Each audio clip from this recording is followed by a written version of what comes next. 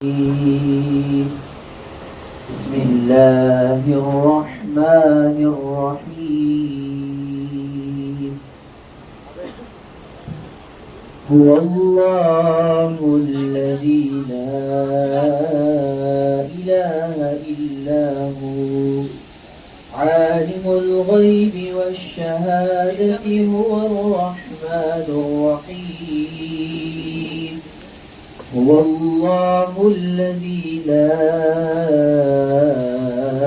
إله إلا هو الملك القدوس السلام المؤمن المهيمن العزيز الجبار المتكبر. سبحان الله سبحان الله عما يشركون. هو الله الخالق البارئ المصور له الأسماء الحسنى يسبح له ما في السماوات والأرض وهو العزيز الحكيم.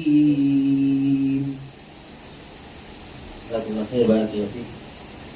اس کی بات ہو کر محمدی صاحب جو قرآن مجید کی تلاوت پیش کر رہے تھے, اللہ تعالیٰ کی محمد میں اضافہ کرے. آمین. اب میں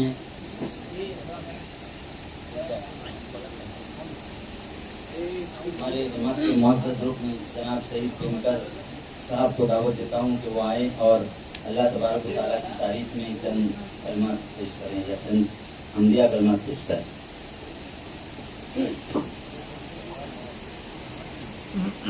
السلام علیکم. سارے جہاں کا ایک تو ہی کار ساز ہے, بندہ نواز ہے تو ہی بندہ نواز ہے. سارے جہاں کا ایک تو ہی کار ساز ہے. تو نے ہی خار زار گلستان بنا دیے,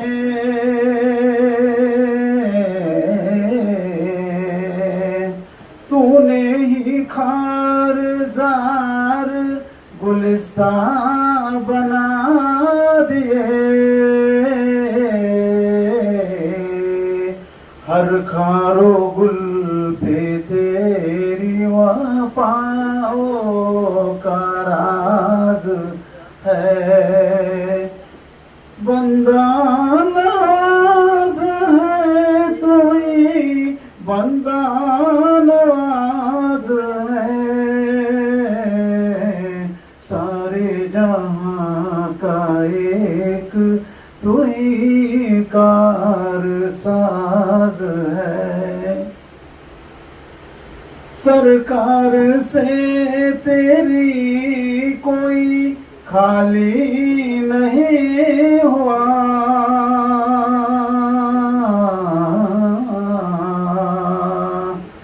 سرکار سے تیری کوئی خالی نہیں ہوا.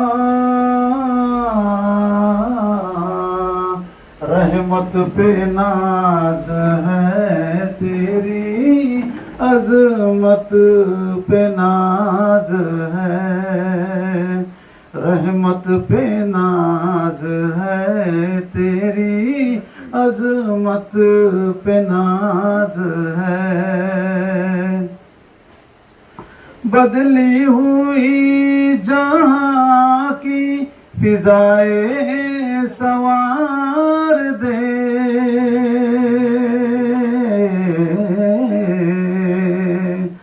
بدلی ہوئی جہاں کی تو فضائیں سوار دے. بس تو ہی ایک قابل و ناز ہے، بس تو ہی ایک قابل عزت و ناز ہے، شاہد پہ کر کرم کی نظر بھول جا خطا،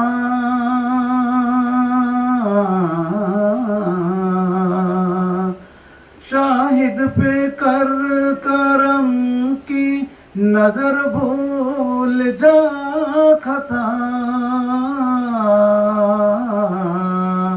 کہتے ہیں کل جہاں کا تو بندہ نواز ہے، بندہ نواز ہے تو ہی بندہ نواز ہے، سارے جہاں کا ایک تو ہی کار ساز ہے۔ جزاک اللہ خیر، بارک اللہ فیک۔ اب ہم حافظ عبدالصمد غرزق صاحب سے التماس کرتے ہیں کہ اللہ کے نبی جناب محمد رسول اللہ صلی اللہ علیہ وسلم کی شان میں چند نعتیہ شعر پیش کریں۔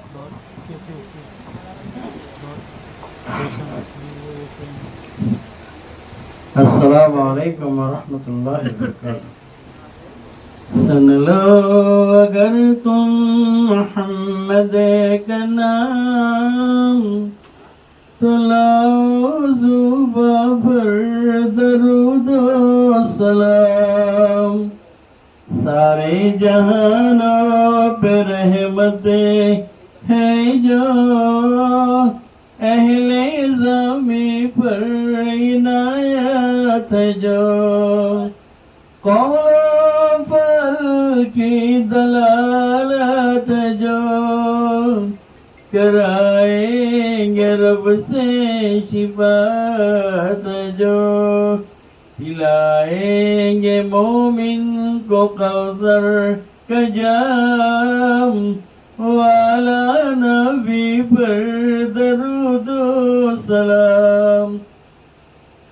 قرآن میں لکھا ان کی طاعت کرو، تسلیم ان کی سیادت کرو، نبی جیسی جو اپنی عادت کرو، تو دنیا کی تم ہی قیادت کرو، نازل ہوا ان پہ اعلیٰ کلام، پڑھ لو نبی پر درود و سلام، امامت نبیوں کی ایک رات کی پھر زیارت سماوات کی، خالق سے معراج میں بات کی، خبر لائی اوپر کے حالات کی، اے سارے نبی کے محمد امام، امام رسول پر درود و سلام، محشر میں ہوگی ایک آفت بڑی، ہوگی سبوں کی حالت بری، خائف رسول کی جماعت کھڑی، کرائیں گے احمد شفاعت بڑی، محمد کا محمود ہوگا مقام، افضل بشر پر درود و سلام، بیان کی صداقت مصدق ہے وہ، کی ہے شفقت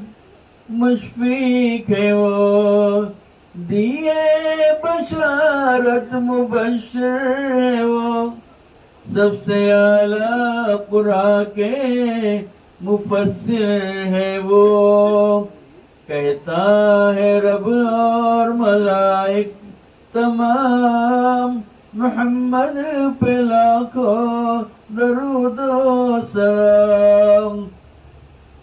خوب نبی اصل ہے نجیب، مگر خوب کیا ہے سمجھ لے حبیب. عمل میں جو لائے قرآن اور حدیث، او محب نبی کا ہے اہل حدیث. حب نبی میں مٹے میرا نام، محبوب پر ہو درود و سلام.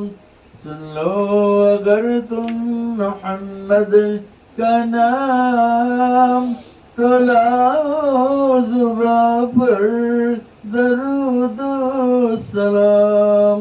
السلام علیکم.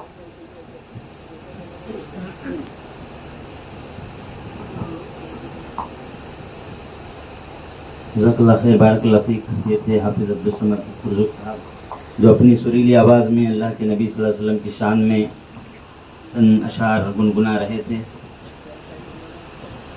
ابھی مواعظ حسنہ قبل اس کے شروع ہو، ہم منتظمین سے گزارش کرتے ہیں کہ وہ شکر اسی طرح سے جو مشروب ہے وہ مدعوین میں تاری ہے، جاری ہے یہ جام حمد کی بلبل کی زباں پر جاری ہے. کلیوں پہ تبسم اللہ وبرکاتہ. الحمد للہ رب العالمین، والصلاة والسلام على سید الانبیاء والمرسلین ومن تبعهم بإحسان إلى يوم الدين. أما بعد، قال الله تبارك وتعالى في كلامه المجيد: أعوذ بالله من الشيطان الرجيم، بسم الله الرحمن الرحيم. ولا تخزني يوم يبعثون يوم لا ينفع مال ولا بنون إلا من أتى الله بقلب سليم. وقال النبي صلى الله عليه وسلم قال: ألا وإن في الجسد مضغة إذا صلحت صلح الجسد كله وإذا فسدت فسد الجسد كله ألا وهي القلب. رواه البخاري. رب اشرح لي صدري ويسر لي أمري واحلل عقدة من لساني يفقهوا قولي. رب زدني علما رب زدني علما رب زدنی علما. تمام تعریف و توصیف، کبریائی و بڑائی، بزرگی و برتری، حمد و ثنا اس وحدہ لا شریک کے لیے لائق و زیبا ہے جس نے ہمیں اور آپ کو اور اس کائنات کو پیدا کیا. بعدہ انگنت درود و سلام ہو تمام انبیاء اکرام پر، خصوصاً آخری نبی احمد مجتبیٰ محمد مصطفیٰ صلی اللہ علیہ وسلم کی ذات گرامی پر، کہ جن کو رب کائنات نے رحمت کائنات بنا کر کے بھیجا ہے. محترم بزرگان دین، نوجوانان ملت، خواتین ملت، عزیز بچوں، اللہ تبارک و تعالیٰ کا بے انتہا کرم ہے کہ جس نے آج ہمیں اس واعظ و نصیحت کی مجلس میں بیٹھنے کا موقع عنایت فرمایا. اللہ تبارک و تعالیٰ کی جتنی حمد و ثنا اور جتنی تعریف کی جائے کم ہے، اس لیے کہ اللہ تبارک و تعالیٰ کی توفیق کے بنا ایک بندہ اس طرح کی واعظ و نصیحت کی مجلس میں بیٹھ ہی نہیں سکتا. یہ اللہ تبارک و تعالیٰ کی طرف سے سعادت اور توفیق ہے کہ جس نے دین و ایمان کی، قرآن و سنت کی باتوں کو سننے کی توفیق نصیب فرمائی، تاکہ ہم یہاں آ کر خلوص دل کے ساتھ دین و ایمان کی باتیں سن کر کے اس پر عمل کر سکیں. اور اللہ تبارک و تعالیٰ کا شکر ہے کہ آج ہمارے جناب عنایت وسطیٰ صاحب کو اللہ تبارک و تعالیٰ نے خوشی کا موقع عنایت فرمایا ہے. اللہ سے دعا ہے کہ کل ان کے فرزند کا نکاح ہونے جا رہا ہے، اللہ تبارک و تعالیٰ یہ سارے مراحل کو آسان کرے. اس لیے کہ آپ جانتے ہیں کہ شادی بیاہ کے مسائل جو ہوتے ہیں یا نکاح کے جو مسائل ہوتے ہیں وہ آسان نہیں ہوتے، اس میں بہت ساری تیاریوں کی ضرورت ہوتی ہے. انتظام و انتظام کو لے کر کے، اخراجات کو لے کر کے آدمی ویسے ہی فکر مند ہوتا ہے. اللہ تبارک و تعالیٰ سارے مراحل کو موصوف کے لیے آسان کریں اور اللہ تبارک و تعالیٰ امت مسلمہ کو ہر شر اور فتنے سے محفوظ رکھیں، آمین۔ محترم حضرات، انسانی زندگی میں دل کو بڑی اہمیت حاصل ہے۔ انسان کے جو اعضاء و جوارح ہیں اس میں دل کو بہت اہمیت حاصل ہے۔ انسان بلکہ اتنی زیادہ اہمیت حاصل ہے کہ انسان کے اچھے اور برے ہونے کا انحصار اس دل پر ہے کہ اگر یہ دل صحیح ہے تو انسان صحیح ہے، لیکن اگر یہ دل گڑبڑ ہے، دل کے اندر فساد ہے، دل کے اندر فتنہ ہے، تو انسان کے اندر فساد پیدا ہو جاتا ہے۔ اسی لیے میں نے جو آیت پڑھی تھی، جو حدیث پڑھی تھی، اللہ کے نبی جناب محمد رسول اللہ صلی اللہ علیہ وسلم نے فرمایا الا وان فی الجسد مضغہ، خبردار رہو کہ تمہارے جسم میں نا گوشت کا ایک ٹکڑا ہے، اگر وہ صحیح رہا تو پورا جسم صحیح رہتا ہے، لیکن اگر اس کے اندر فساد برپا ہو جائے، وہ اگر گندا ہو جائے، وہ غلیظ ہو جائے، تو پھر پورا جسم انسان کا غلیظ ہو جاتا ہے، پورا دل انسان کا گندا ہو جاتا ہے۔ دل میں اگر ایمان ہے تو دل صحیح ہے، دل میں اگر نبی کریم صلی اللہ علیہ وسلم کی محبت ہے، اللہ کے نبی صلی اللہ علیہ وسلم کی اطاعت کا جذبہ ہے تو دل صحیح ہے۔ دل میں اگر اعمال کو انجام دینے کا، فرائض کو انجام دینے کا جذبہ ہے تو یہ دل صحیح ہے، پورا جسم صحیح ہے۔ لیکن وہی دل اگر کفر و نفاق سے بھر جائے، وہی دل کے اندر اگر بدعتیں آ جائے، وہی دل کے اندر اگر بدعتوں سے محبت پیدا ہو جائے، خرافات سے محبت پیدا ہو جائے، غلط اور گندے کاموں سے محبت پیدا ہو جائے، نہ ترک نماز سے محبت پیدا ہو جائے، شراب نوشی سے محبت پیدا ہو جائے اور سگریٹ نوشی سے محبت پیدا ہو جائے اور نہ جانے جتنے گندے کام ہیں اس سے محبت پیدا ہو جائے، تو یہ پورا کا پورا دل انسان کا گندا ہوتا ہے۔ اور اگر پورا دل گندا ہے تو انسان کبھی نجات پا سکتا ہے؟ کبھی نجات نہیں پا سکتا۔ انسان کو نجات کے لیے یہ ضروری ہے کہ اس کا دل جو ہے وہ اچھا صحیح سالم ہو۔ تو دل کا صحیح ہونا یہ انسانی زندگی کے لیے بہت زیادہ ضروری ہے، اور اس کی اہمیت دیکھیے۔ ابراہیم علیہ السلام جیسے جلیل القدر نبی کیا دعا کر رہے ہیں، اپنی بہت ساری دعائیں کر رہے ہیں۔ قیامت کا منظر اللہ کے نبی صلی اللہ علیہ وسلم نے کھینچا ہے کہ قیامت کا دن ہوگا، بخاری شریف کی حدیث ہے کہ ابراہیم علیہ السلام اپنے والد سے ملیں گے۔ ابراہیم علیہ السلام کے والد مسلمان نہیں تھے، ابراہیم علیہ السلام اپنے والد سے ملیں گے اور دیکھیں گے ان کے والد کی حالت کیا ہے، ذلت اور رسوائی میں ڈوبے ہوئے ہوں گے، گرد و غبار ہوگا۔ پھر ابراہیم علیہ السلام کو ترس آئے گا، ابراہیم علیہ السلام اپنے والد سے کہیں گے کہ میں نے تم سے کہا تھا کہ میری فرما برداری کرو، میں نے تم سے کہا تھا کہ میں جو کہہ رہا ہوں وہ بات مانو، میں نے تم سے کہا تھا کہ اللہ تبارک و تعالیٰ کی توحید پر آ جاؤ، تم نے نہیں مانا۔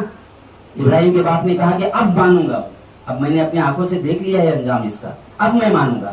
ابراہیم علیہ السلام اللہ کی بارگاہ میں جائیں گے اور کہیں گے کہ اللہ تو نے مجھ سے وعدہ کیا ہے کہ قیامت کے دن تو رسوا نہیں کرے گا مجھ کو، اور ایک بیٹے کے لیے اس سے بڑھ کر رسوائی کیا ہو سکتی ہے کہ اس کا باپ جو ہے وہ ذلت و رسوائی میں پڑا ہوا ہے۔ اللہ تعالیٰ کہے گا کہ ابراہیم اے میرے خلیل، میں نے یہ بھی کہا ہے کہ کافروں کے لیے جنت حرام ہے، کافروں کے لیے جنت حرام ہے۔ پھر ابراہیم علیہ السلام سے کہیں گے اللہ تعالیٰ کہ وہ تمہارے پیر کے نیچے دیکھو کیا ہے، وہاں دیکھا جائے گا تو ایک بچھو جو ہے وہ گندگی میں لت پت پڑا ہوا ہے، اور اس کو ٹانگیں اٹھا کر کے اس کو پھینک دیا جائے گا اور کہے گا کہ یہ تمہارے باپ ہے، یہ انجام ہے کفر کا، یہ انجام ہے شرک کا۔ تو کہنے کا مطلب یہ ہے کہ ابراہیم علیہ السلام اس وقت دعا کرتے ہیں، کیا دعا کرتے ہیں؟ وَلَا تُخْزِنِي يَوْمَ يُبْعَثُونَ۔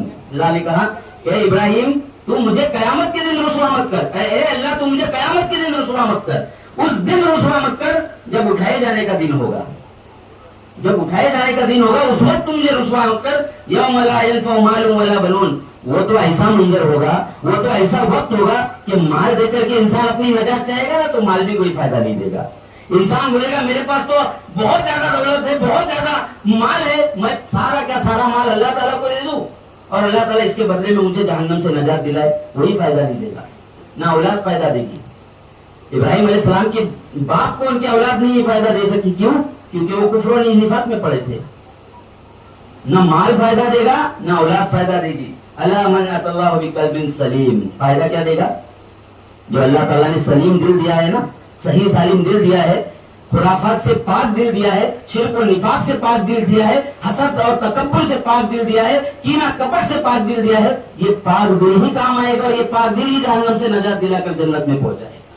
تو یہ ابراہیم علیہ السلام دعا کر رہے ہیں کہ قیامت کے دن مجھے رسوا مت کر، یہ قیامت کا دن وہ ہوگا جب مال بھی فائدہ نہیں دے گا، اولاد بھی فائدہ نہیں دے گی، بلکہ فائدہ اگر دے گا تو صحیح سالم دل فائدہ دے گا۔ اس سے پتہ چلتا ہے کہ دل کی انسان کی زندگی میں کتنی زیادہ اہمیت ہے۔ اسی لیے تو عبداللہ ابن عمر رضی اللہ تعالیٰ عنہ کہا کرتے تھے کہ اللہ کے نبی صلی اللہ علیہ وسلم نے فرمایا ہے کہ انسان کا دل جو ہے نا اللہ کی دو انگلیوں کے درمیان میں رہتا ہے، اللہ کی دو انگلیوں کے درمیان میں دل رہتا ہے، اللہ تعالیٰ کی مرضی ہے جہاں چاہے گھما دے۔ اسی لیے دعا کیا کرو یا مقلب القلوب ثبت قلوبنا علی دینک، اے دلوں کے پھیرنے والے، دلوں کا پھیرنے والا اللہ کے علاوہ کوئی نہیں ہے۔ انسان اگر یہ سوچے کہ اللہ کے علاوہ کوئی اور ہے جو دلوں کو پھیرنے والا ہے، اللہ کے علاوہ کوئی دلوں کو پھیرنے والا نہیں ہے۔ یا مقلب القلوب ثبت قلوبنا علی دینک، میرے دل کو اپنے دین کی طرف پھیر دے۔ یہ دعا ہمیشہ کرتے رہنا چاہیے کہ اپنے دل کو جو ہے ایمان کی طرف ثابت قدمی کی دعا ہمیشہ کرتے رہنا چاہیے۔ غرض ہے کہ دل کی بہت زیادہ اہمیت ہے، قرآن میں جا بجا اللہ تبارک و تعالیٰ نے اس کا تذکرہ کیا ہے، اس کی اہمیت بتائی ہے، اس کے وسوسوں سے دور رہنے کے لیے کہا ہے، اس میں جو گندے خیالات اور غلیظ خیالات آتے ہیں نا، اس سے اللہ نے بارہا دور رہنے کے لیے کہا ہے۔ اس سے دل کی اہمیت کا اندازہ ہوتا ہے۔ اسی لیے انسان کو ہمیشہ یہ فکر کرنی چاہیے کہ میرا دل صحیح سالم کیسے ہو، میرا دل کفر و نفاق سے پاک کیسا ہو، میں اپنے بھائی کی ترقی دیکھ کر جل تو نہیں رہا ہوں، میں اپنے بھائی کے لیے کینہ کپٹ تو نہیں رکھ رہا ہوں، میں اپنے بھائی کی ترقی دیکھ کر کے اس کی ٹانگ تو نہیں کھینچ رہا ہوں۔ یہ دل انسان کا ہمیشہ صحیح ہونا چاہیے، کفر و نفاق سے پاک چاہیے۔ کہیں ایسا تو نہیں کہ میرے دل میں شرک پیدا ہوا ہے، میری زندگی میں شرک آ گیا ہے۔ یہ ساری چیزیں انسان کو ہمیشہ چیک کرنا چاہیے اور اپنے دل کو صحیح سالم رہنا چاہیے۔ دل کے صحیح سالم ہونے کی فکر انسان کو ہمیشہ کرنی چاہیے، اس لیے کہ اللہ کے نبی صلی اللہ علیہ وسلم نے یہ بتا دیا ہے کہ دل اگر صحیح ہے تو سارے اعضاء و جوارح صحیح ہے، ورنہ دل صحیح نہیں نا تو انسان زندہ رہ کر بھی زندہ نہیں ہے۔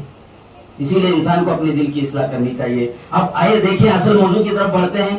آج کی اس مجلس میں میں جس موضوع کو لے کر کے حاضر ہوا ہوں وہ یہ ہے کہ دلوں کے بگڑنے کے اسباب یا دلوں کے بگاڑ کے اسباب۔ جب اس موضوع کو میں کتاب کا مطالعہ کر رہا تھا، اس میں ہم نے یہ دیکھا، حسن بصری رحمۃ اللہ علیہ کا ایک شاندار قول دیکھا جس میں انہوں نے دلوں کے بگاڑ کے 6 اسباب ذکر کیے ہیں۔ بہت ہی اہم اسباب ہے وہ۔ انشاءاللہ آج کے اس موقع پر مختصراً ان 6 اسباب کا تذکرہ میں آپ لوگوں کے سامنے اللہ تبارک و تعالیٰ کی توفیق کے ساتھ اس دعا کے ذریعے سے کرنا چاہوں گا کہ اللہ تبارک و تعالیٰ مجھے حق کہنے، ہم تمام لوگوں کو حق سننے اور حق کے مطابق زندگی گزارنے کی توفیق نصیب فرمائے، آمین۔ محترم حضرات، حسن بصری رحمۃ اللہ علیہ کا ایک بہترین قول ہے جس میں انہوں نے کہا کہ دل کے فساد اور دل کے بگاڑ کے 6 اسباب ہیں۔ سب سے پہلا سبب انہوں نے ذکر کیا کہ لوگ توبہ کی امید پر گناہ کرتے ہیں، توبہ کی امید پر گناہ کرتے ہیں۔ دوسرا، علم سیکھتے ہیں لیکن عمل نہیں کرتے۔ تیسرا ہے جب عمل کریں تو نیت میں اخلاص نہیں ہوتا۔ چوتھا، اللہ تبارک و تعالیٰ کا رزق کھاتے ہیں، اللہ کی نعمت کا فائدہ اٹھاتے ہیں لیکن شکر ادا نہیں کرتے۔ پانچواں، اللہ تبارک و تعالیٰ کی تقسیم پر اور اللہ تبارک و تعالیٰ کی تقدیر پر راضی نہیں ہوتے۔ اور چھٹا ہے کہ مردوں کو اپنے ہاتھوں سے دفن کرتے ہیں لیکن اس سے عبرت حاصل نہیں کرتے۔ یہ 6 اسباب ہے دل کے بگاڑ کے جو امام حسن بصری رحمۃ اللہ علیہ نے ذکر کیے ہیں، جو ہر انسان کو اس پر غور کرنے کی ضرورت ہے۔ کتنے بہترین اسباب ذکر کیے ہیں۔ سب سے پہلا جو سبب ذکر کیا ہے کہ لوگ توبہ کی امید پر گناہ کرتے ہیں۔ ایک انسان گناہ پہ گناہ کرتے جاتا ہے، سوچتا ہے کہ اللہ تبارک و تعالیٰ تو غفور اور رحیم ہے، اللہ تبارک و تعالیٰ تو معاف کرنے والا ہے، میں گناہ کرتا ہوں، اللہ سے توبہ کروں گا، پھر گناہ کروں گا، پھر توبہ کروں گا، پھر گناہ کروں گا، پھر توبہ کروں گا۔ ایسی توبہ کا اللہ تبارک و تعالیٰ کو کوئی فائدہ نہیں ہے۔ کیا ہم یہ بھول گئے کہ اللہ تبارک و تعالیٰ تو سینے کے راز تک کو جانتا ہے؟ کیا اللہ نے قرآن میں نہیں کہا کہ میں جو ہے علیم بذات الصدور ہوں، لوگوں کے سینوں کے راز تک کو جانتا ہوں؟ انسان کے دل میں ذرہ برابر بھی کھٹکا آتا ہے نا تو رب کی شان یہ ہے کہ وہ جان لیتا ہے کیا انسان سوچتا ہے، کیا انسان کرتا ہے، اس کے دل میں کیا چیز ہے۔ انسان یہ سوچتا ہے کہ اللہ تبارک و تعالیٰ تو معاف کرنے والا ہے، آج گناہ کرو، رات ہے نا، رات میں گناہ کرو، صبح توبہ کر لے گے۔ کیا پتہ یہ رات آپ کی زندگی کی آخری رات ہو؟ زندگی اور موت تو اللہ تعالیٰ کے ہاتھ میں ہے نا۔ اگر گناہ کرتے کرتے انسان اگر اللہ تبارک و تعالیٰ کے یہاں چلا جائے یا انتقال کر جائے تو اس کو تو بنا توبہ کے انتقال ہو گیا، بنا توبہ کے مر گیا، توبہ کی بھی توفیق نہیں ملی اس کو۔ اسی لیے انسان توبہ کی امید پر گناہ کرتے رہتا ہے۔ اللہ کی توبہ کی اہمیت ہم تمام لوگ جانتے ہیں کہ توبہ کی کتنی زیادہ اہمیت ہے، توبہ کرتے رہنا چاہیے۔ اللہ تبارک و تعالیٰ نے قرآن میں ارشاد فرمایا، یا ایھا الذین آمنوا توبوا الی اللہ توبۃ نصوحا، توبہ نصوحا کرو اے ایمان والو، اللہ تبارک و تعالیٰ کی طرف توبہ کرو۔ توبہ کا مطلب کیا ہے؟ رجوع کرنا، پلٹنا۔ گناہ ہو گیا نا، ٹھیک ہے، اللہ کی طرف رجوع کرو، سچی توبہ کرو، توبہ نصوحا کرو۔ اس کا فائدہ یہ ہوگا کہ عسى ربكم ان يكفر عنكم سيئاتكم ويدخلكم جنات تجري من تحتها الانهار يوم لا يخزي الله النبي والذين آمنوا معه. سورہ تحریم کی آیت ہے. توبہ کرو، توبہ نصوحہ کرو. اگر گناہ ہو گیا، غلطی ہو گئی نا، تو توبہ نصوحہ کرو. اس کا فائدہ یہ ہوگا کہ اللہ تعالیٰ تمہارے گناہوں کو معاف کر دے گا اور تمہیں ایسی جنتوں کے نیچے، ایسی جنتوں میں داخل کرے گا جس سے نہریں جاری ہوگی. اور اس کے بعد فرمایا کہ اس دن، جس دن اللہ تعالیٰ رسولوں کو اور ایمان والوں کو رسوا نہیں کرے گا، اس دن اللہ تعالیٰ تم کو ایسی جنتوں میں داخل کرے گا جس کے نیچے سے نہریں جاری ہوگی. یہ توبہ کا فائدہ ہے جو اللہ نے بیان کیا ہے. توبہ نصوحہ ہونا چاہیے. توبہ نصوحہ، توبہ نصوحہ کا کیا مطلب ہے؟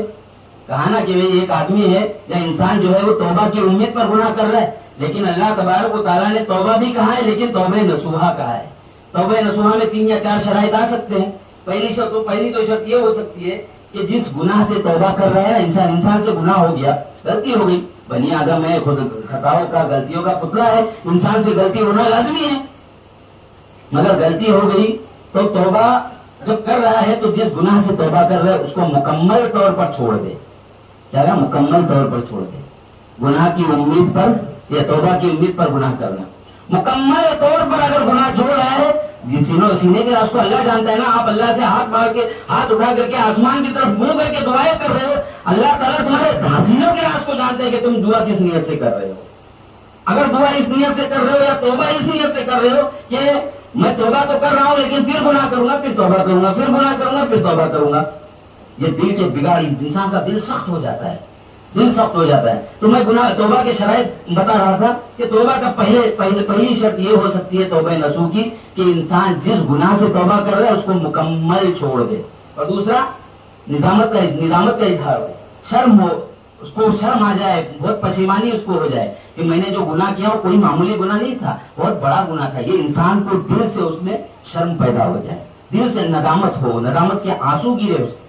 تو یہ دوسری شرط ہو سکتی ہے. اور تیسرا، آئندہ نہ کرنے کا عزم مصمم کر لے. ٹھیک ہے، گناہ ہو گیا لیکن آئندہ میں اس گناہ کو نہیں کروں گا. چھوڑ دے گناہ. ایک تو گناہ ترک کر دے اور دوسرا یہ ہے کہ عزم مصمم کر لے کہ اس کے بعد یہ گناہ کے قریب بھی نہیں جاؤں گا میں. اب بتاؤ، انسان اگر توبہ کی امید پر گناہ کر رہا ہے کہ اللہ تعالیٰ اسے آدمی کی توبہ قبول کرے گا؟ اللہ تعالیٰ جانتا ہے نا کس نیت سے آپ توبہ کر رہے ہو. آپ اس نیت سے کر رہے کہ مجھ سے گناہ ہوا، میں نے توبہ کیا، پھر کل گناہ کروں گا، پھر توبہ کروں گا. اللہ تعالیٰ ایسی توبہ کو قبول نہیں کرتا ہے. لہذا توبہ نصوحہ کرو اللہ کی بارگاہ میں، سچی توبہ کرو، اللہ تعالیٰ توبہ کو قبول کرنے والا. یہ تو اللہ کا وعدہ ہے کہ میں توبہ کو قبول کروں گا. چوتھی شرط یہ بھی ہو سکتی ہے کہ آپ جس گناہ سے توبہ کر رہے ہو نا اس کا تعلق اگر حقوق العباد سے ہے، بندوں کے حقوق سے ہے، کسی کا حق غصب کیا ہو، کسی کو گالی گلوچ کیا ہو، کسی کو مارا ہو، کسی سے جھگڑا کیا ہو، کسی کی غیبت کی ہو، کسی کے بارے میں چغلی کی ہو، تو وہ جا کر کے اس سے پہلے معافی تلافی کرا لے، اس سے اپنے حساب کی برابری کرا لے، اس کے بعد ہی اللہ تبارک و تعالیٰ معاف کرے گا. تو یہ 3-4 شرائط ہو سکتے ہیں جو انسان توبہ نصوحہ کرے. گناہ کو پورا چھوڑنا ہے، گناہ کو پوری طرح ترک کرنا ہے، تبھی اللہ تبارک و تعالیٰ توبہ کو قبول کرے گا. اور توبہ اللہ تبارک و تعالیٰ کا کتنا بڑا کرم ہے اور کتنی اللہ تبارک و تعالیٰ کی شان غفاریت کیا ہے. اللہ کے نبی جناب محمد رسول اللہ صلی اللہ علیہ وسلم نے فرمایا کہ اللہ تبارک و تعالیٰ بندے کی توبہ سے ایسا خوش ہوتا ہے جیسے ایک سوار کی سواری گم ہو جائے، سواری ملنے کے بعد وہ جس طرح خوش ہوتا ہے نا، اللہ تعالیٰ اپنے بندے کی توبہ سے اس طرح خوش ہوتا ہے. تو اللہ تعالیٰ تو توبہ سے خوش ہوتا ہے. بندہ جب توبہ کرتا ہے، اللہ کے نبی نے فرمایا کہ رات کو اللہ تبارک و تعالیٰ اپنا ہاتھ پھیلاتا ہے کہ ہے کوئی دن کو گناہ کرنے والا آئے مجھ سے معافی کرا لے. دن میں ہاتھ پھیلاتا ہے کہ رات کو گناہ کرنے والے آئے اور مجھ سے معافی کرا لے، مجھ سے توبہ کرے، میں تو توبہ کو قبول کرنے والا ہوں. یہ تو اللہ کی شان غفاریت ہے، شان رحیمی ہے. مگر اس کو کوئی مس یوز نہ کرے، کوئی غلط مطلب نہ نکالے. وہ یہ نہ سمجھے کہ اگر اللہ تبارک و تعالیٰ غفور ہے، رحیم ہے، تو ہم کتنے بھی گناہ کرتے جائیں اللہ تبارک و تعالیٰ معاف کرنے والا ہے.